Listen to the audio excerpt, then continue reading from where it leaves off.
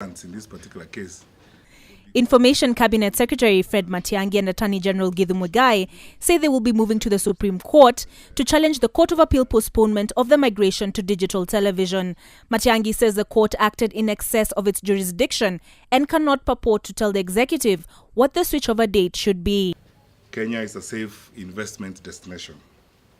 Secondly, we would like to state that the government is dissatisfied with the decision of the Court of Appeal for the following reasons. The Court of Appeal ruling has caused anxiety and unsettled many investors in the ICT sector. The Court of Appeal, by purporting to cancel licenses issued through a competitive procurement process that had been upheld by the Public Procurement Administrative Review Board since 19th July 2011, and against which no appeal has been preferred to date, the court acted in contravention of the law. Migration from analog to digital TV is a process, not an event, and therefore the ministry is best placed to determine the actual timelines for analog switch-off. Therefore, by assuming the powers of the executive branch of government in directing the manner and time within which this process should be undertaken, we feel with tremendous respect that the Court of Appeal was, again on advice of the Attorney General, manifestly acting out of its jurisdiction.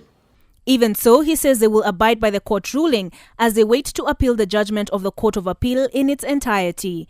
Attorney General Githu Muigai has also agreed with Matiang'i that the ramification of Friday's ruling would be dire for the executive should it be left to stand. I believe myself from the instructions of the ministry that what the ministry and CCK would like to see is a level playing field for everybody.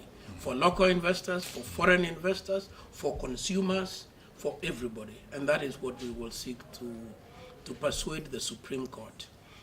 You may have noted that the court at some point suggested that any license that had been issued to another party could be cancelled and that the government would pay for the costs.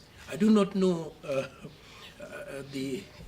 how much that would be. I don't know whether that would be 1 billion, 10 billion, 20 billion. If there was an order of that magnitude, I'm sorry to say, we would have to pay it from national coffers. We would have to take money from health, from education, from roads to pay the investor. And these are the things we are saying. If they are properly presented to the Supreme Court, a just outcome will be achieved.